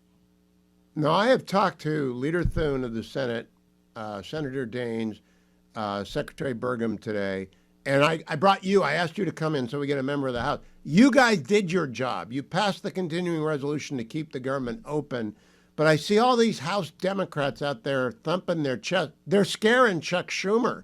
Is there anything you can do to get them to stop scaring Chuck Schumer? I think Chuck was born scared. He's got himself in this situation. He's, I think, scared of AOC, scared of whatever, some primary. But that's making America suffer for his problem. I think it's going to take some moderate Democrats in the Senate to say we've had enough and to get the necessary votes probably on Monday to reopen this government. I don't see it happening on Friday, but maybe. but now, Monday. Congressman, where are we in regular order on the defense of probes? That's your business. That's your job. You're the chairman of the subcommittee. Are we close to getting that done so we can get that to the Senate one way or the other? Right. We passed our bill on the floor, $836 billion. The Senate has to move their bill, but they can do that pretty rapidly. And then we'll go into conference. I think we can work out our differences readily. They're at a higher number than us, about 22 billion. We'll work that out and bring a bill back. There's already 3 bills we're close to bringing to the floor to pass in a conference report. And hopefully the defense bill will come shortly thereafter. Congressman, were you able to get, you're always fighting for the soldiers, sailors, airmen, and Marines, especially the enlisted men. Were you able to get a pay raise for them in the next fiscal year in this budget? Yes, we have that in the bill, and that's necessary. Obviously, we want to make sure that these young men and women get the dollars they deserve. It helps us also with recruitment, which we're having a good year on recruitment. We've had a great year with the Navy, met their numbers early. Obviously, the Marine Corps always meets their number. The Army met their numbers, Air Force, Space Force. So we're in pretty good shape, and we want to make sure we keep them. So we want to make sure we pay a fair wage. Now, Congressman, I was in Connecticut at the beginning of the week doing an event for my affiliate in Connecticut. And of course, the talk was of electric boat. They make the Virginia class, the Columbia class. Did you fund 2 submarines for the Virginia attacks this year, or just 1.5? We fund a Columbia submarine, and we fund the Virginia 2 Virginia class submarines. The problem we're having is electric boat meeting their schedules. They're having a problem with the workforce. We've put some money in the bill to augment compensation for the workforce. Obviously, inflation is hitting them also, but we need to get these ships. We also have money in for some destroyers and some other ships of the line, about 6 battleships, 28 ships in total, and about $37 billion in ship construction. That is fabulous. Now, Congressman, I want to switch to politics. The dumbest thing right now is the Schumer shutdown. The second dumbest thing is Gavin Newsom putting Prop 50 on the ballot and costing Californians, I think, $200 million to vote for it. That's aimed at you. Over $300 million. Oh, my God. And it's aimed at you. You're the guy who actually can do the most for California, but they want to retire you by changing the maps via an unconstitutional amendment. Do you think it'll pass if it gets there? I know there are lawsuits challenging whether or not it's constitutional to even bring it. What do you think? I think people, once they understand this, they're going to vote no. And we're doing well, I think, in explaining this to the voters. Charlie Munger is certainly spending a lot of money. We're going to be spending a lot of money. Kevin McCarthy is heading up that effort. And once I think voters understand this, they're going to vote no. It's a lot easier to vote no on something than yes. And I think we're making the right message. It's ironic. Gavin asked me to help in various aspects here with the Olympics coming up and the fires in LA and all the rest of it. And then he's trying to take me out. And I guess he thinks it's nothing personal, but yeah, it is. Wow. I know what Chuck Schumer is doing and why he's doing it. It's because of AOC. I know what Gavin Newsom is doing, and it's the same reason, AOC. He wants to be their nominee in 2028. She may want to be their nominee in 2028. But I haven't seen polling on Prop 50 yet. Is it close? Is the no vote, which people have to vote no on it. They have to vote no. Right. It started out at 60 yes. We got it down now to about less than 50, and it's going down. So we believe that we got our message out. We raised the money to get this done. We will succeed and have this defeated. It's all vote by mail. All the ballots are going out. They'll be there by October 6th. The election has to be completed by November 4th, but California, we probably won't know for a month. It'll be Christmas. Yeah, Christmas. You may be right. So we're vote by mail. What can go wrong? But that's what it is in California. But I believe we can defeat this and save California. It would be very harmful to the state. It'd be harmful to the country, and certainly harmful, I think, to the Republican Party. But I think everybody here in California, whether you're Republican, Democrat, declined to state, this is bad. I was a voter in California when we passed the initiative establishing the constitutional amendment to have an independent redistricting commission. Everybody and their brother was in favor of that, although I was afraid the Democrats would get sneaky, and they did. We're down to 8 Republican. What is their argument? Is it just raw political power? Yeah, nine Republicans. Won't lose anybody. 9. Yeah, this is all about power. And if anybody thinks that once they take this back, that they'll bring it back later on, like what they're trying to say, is ridiculous. Once they have the power to redistrict, they'll never give that up. That is absolute truth. Ken Calvert, great congressman, thanks for the work you have done on the appropriations process, on the Defense Appropriations Subcommittee, which you chair, and for the fight against Prop 50. And I hope someone is listening in the Senate. Common sense needs to come back up in the upper chamber and in California. Ken Calvert brings it. Thank you, Congressman. There are advantages to artificial intelligence in America. I just learned, for example, that there have been 10 Major League Baseball playoff games in which the home team has scored more than 6 runs in the 9th inning. So, never say die. Guards ball, guards ball, guards ball. Guards ball. Let me remind you about something serious. There was a terror attack on a synagogue in Manchester, England today. 2 were murdered. The Islamist terrorist was also shot and killed. It's almost predictable on Yom Kippur that Islamist fanatics go in search of Jews to kill. And it reminds me that we don't have any observant Jews listening right now because it's Yom Kippur. It's their day of fasting and atonement, and they turn off everything. And they walk to shul or synagogue, and they pray all day, and they fast all day, not children, of course. And that means mostly Christians listening right now, people of no faith at all or other faith. You can support Israel and not believe in anything. They're a superpower ally of the United States. They are our most reliable ally in the world. They have skill and cunning. They have the weapon systems. They have the willingness to use them. They are our closest ally on the planet. And they're a small country of 10 million people. We have 330 million people. And they way punch above their weight, but they can still use help, which is why I'm helping the International Fellowship of Christians and Jews, allowing them to sponsor a campaign asking you to help Israel right now. Now, there's a banner at the top of hughhewitt.com. I'd like you to consider a gift today as we approach the second anniversary of 10/7 and make that gift with the hostages in mind. Here is the president of the International Fellowship of Christians and Jews, Yael Eckstein. Thank you so much for mentioning the hostages, Hugh, because this is something that every single person in Israel is holding our breath until every single hostage has been released. And unfortunately, the answer is no. 2 years later, we still don't have all of our hostages back. There are still 20 living hostages who are being held in the tunnels of Gaza, and over 24 bodies of family members that can't give a proper burial to their loved ones until we get their bodies back. We will never leave our hostages behind and forget them. Until every one of them is home, Israel will be fighting to get them back. Now, you may wonder, why am I so pro-Israel? I've told you my reason. They're a superpower. But there are lots of reasons to also worry about anti-Semitism in the United States and around the world. I want to run down my stats. In the United States, anti-Semitic incidents surged dramatically after the massacre of 2025.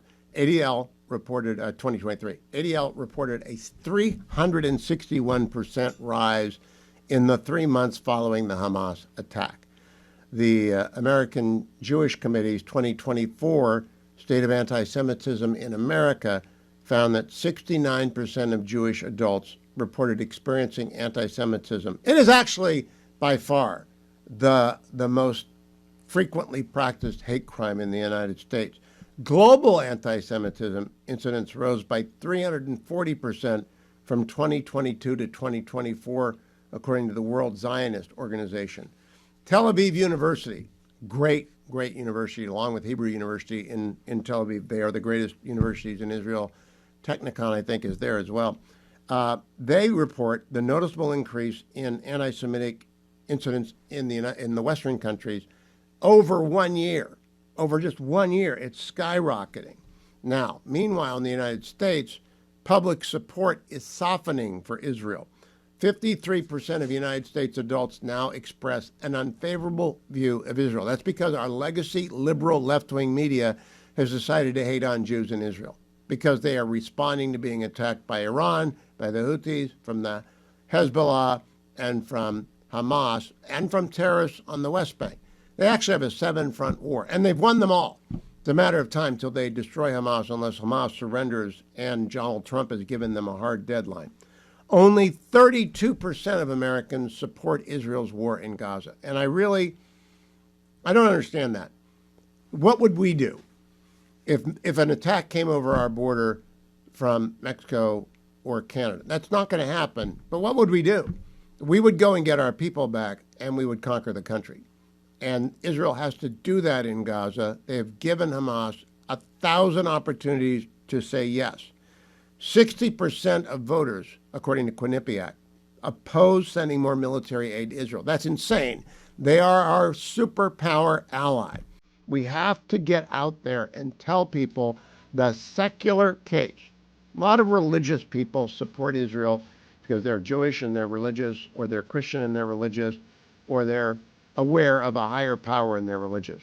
But the secular case, it is in our self-interest for the only democracy in the Middle East to be allowed to thrive as it has and lead the world in so many discoveries and partner with us in the defense of the West against the fanatics in Tehran and the legion of autocrats led by Putin and Xi. Jim Talent, former senator from Missouri, is here to do two things for me today. Explain to me how we get out of this jam in the Senate, because it is hurting our national defense, and to explain to the country why Ken Calvert, as chairman of the Defense Subcommittee on Appropriations, is in fact the most important member of California's delegation with its 52 members and 2 senators. Well, on the first question, at some point, Senator Schumer is going to have to take the L.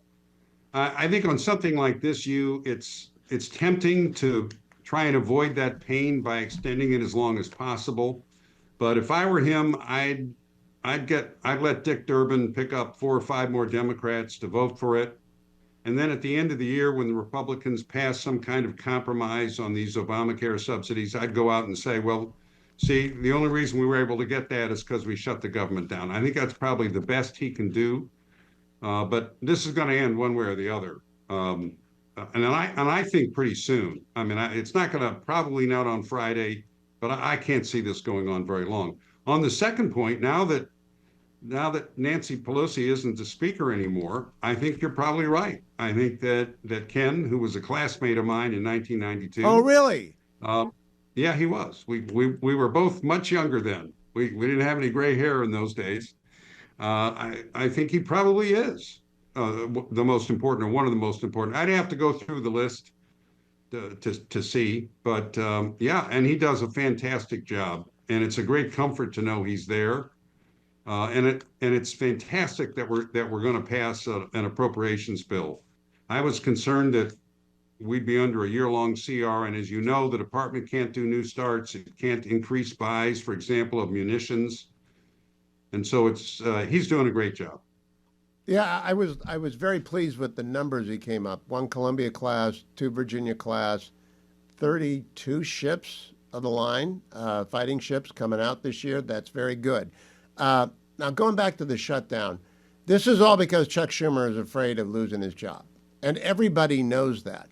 Yesterday, Dan Sullivan told me, and I'm sure you know Dan, that when a caucus believes that their leader is putting his or her interests ahead of the caucus, that's when they begin to defect. You agree with that? And if so, do you think they're going to defect on Schumer because of that? I think it's causing a lot of annoyance.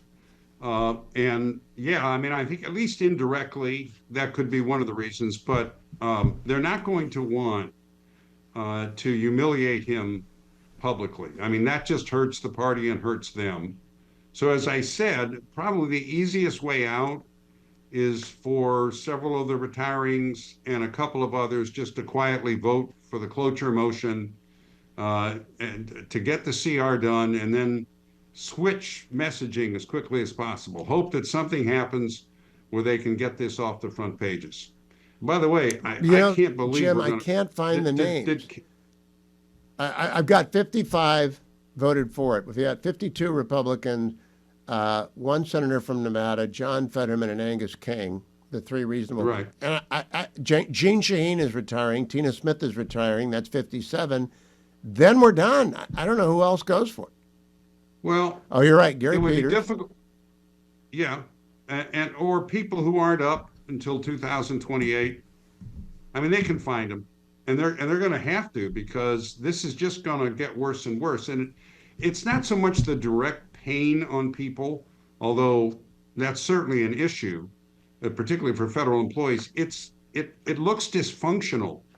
You know, Americans love a winner. They won't tolerate a loser. They don't want to see people stumbling around dysfunctionally, and that's what they see when they see a government shutdown. And so, by the way, the Guardians have scored 2 runs, and it's now 6-3 in the bottom of the 8th with a man on second. I'm doing breaking news, Jim. The next thing I want to ask is, who were your leaders? I'm rooting for when them. you were in the Senate. I have not only you, but other great friends from Ohio. I'm rooting for them. Go ahead. What did you say? Who were your leaders when you were in the Republican caucus? It was during the first shutdown. It was Gingrich, Army, and DeLay. How about in the Senate? Did you have one in the Senate when you were in the Senate?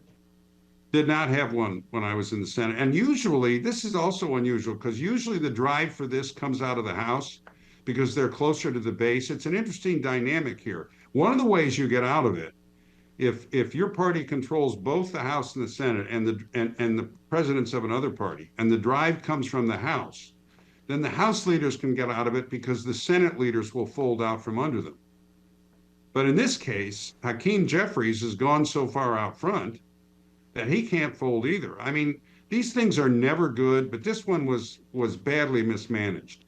I mean, it's clear. Do you remember, they decided, Spooky, the AC-130 in the beginning of the Afghan war, when that AC-130 went up and just decimated the Taliban? That's the wrong use of the word, of the decimated, because they got more than 1 out of 10. They got 10 out of 10. It tore up everything. J.D. Vance yesterday was like Spooky. Yeah. He was raining lead down on the talking points of the White House press corps. Democrats can't let that happen day after day. It's the only story in D.C. Every Republican senator is having a field day. I would, if this were happening while I was there, I would love to be out communicating on this, because the message is so easy. Our base loves it, and the middle is with us. And I've heard your interviews here, and it's clear that everybody's loving doing these interviews. It's so obvious, it's so true. What is interesting, is that so far Russ Vought has been pretty restrained in how he's reacting, and I think that's probably smart, because you don't want to do something that will switch the messaging, at least for a bit. I think if this drags on, you may see Russ Vought do something, and he's cutting out some things, don't get me wrong, but he hasn't done anything really revolutionary yet. Well, Napoleon said, or at least it's attributed to him, never interrupt your opponent when they're in the process of destroying themselves. So maybe the president has said to the director, don't give him a storyline, just let him hang there, because they are hanging there. So what's your over-under, Monday? Early next week. This is also worse, because it's not like they are credible, that the policy they say they want, they're credible in saying they want it. In other words, they're not sincere about it. They made up this business about we're shutting it down to get the health care, and then found out that the health care they wanted included Medicaid for illegal aliens. I mean, this has been pretty bad, Oh, Chuck Schumer, genius. Jim Talent, follow him on X at Jim Talent. Listen to him on Dwayne's World. The new episode will be out soon. And pray for the Guardians, because it's only 6-3 and I haven't checked recently. Well, it doesn't look like we're going to be able to bring you news of the great Guardians comeback live, because It's still the top of the ninth, and they're down 6-3. But it's almost certain that it's going to happen. Let me tell you about Consumer Cellular before I finish the show off, because I want you to save money today, even if you're not happy with the way the game's going. You can save money with Consumer Cellular. Call 1-800-411-4454, 1-800-411-4454. Use my code, HUGH25. No matter what you sign up for, you're going to save money, and you'll save an additional $5 a month for the first 5 months that you make the switch to Consumer Cellular. And you should, because you're going to have savings without sacrificing service. Great, great, great service. Most important demo out there, if you're over 50, all right, if you're over 50 years old, they have a special deal for you, 2 lines of unlimited data. If you're one of those people who just insist on unlimited data because you don't want to get burned by a bill, 2 lines of unlimited data for $60 a month. That's better than anything else you'll get from any of the other cell phone companies. Before you call 1-800-411-4454 and use the code HUGH25, get your own cell phone bill out and check. All right, just check how much data you're using. Have it in front of you when you talk to the real live human being at Consumer Cellular. Now, you can go to consumercellular.com/Hugh. Don't forget the code HUGH25. But it's better to call. You'll have one button to push. Takes 20 minutes to switch your plan and save all that money. Give them a call, at least investigate. 1-800-411-4454. And as we wait for the great comeback that I'll tell you about in detail tomorrow and at length, much to Dwayne's dismay, I want to tell you about Relief Factor because I'm in the Relief Factor studio. Now, if the guards don't come back, highly unlikely though that might be, they're only down by 3 runs. If they don't come back, I'll have to get a long walk-in tomorrow and listen to a bunch of podcasts and just walk it off. It'll sting a bit, but I will lay me down and bleed a while and rise to fight again, as the old Scottish saying goes. But could be a 3-hour walk. Could be a lot because we need 3 runs. But nope, I'll be here. I'm always here, and Relief Factor is always here. And if you want to be able to do a 3-hour trundle or a 3-hour walk just to walk off stress or frustration or disappointment, all you have to do is call 1-800-4 and the word relief, 1-800-4 and the word relief. Or go to relieffactor.com, $19.95 for the starter pack. It's at relieffactor.com. Let me get in Tim Walz, just to cheer me up a little bit, at a presser yesterday, cut number 6, the governor of Minnesota. The Trump administration will start firing workers instead of furloughing them, and do you think they might target workers in blue states? I do. I think it goes back to this question, Tom, that it appears like they're trying to do that. The disruption is there.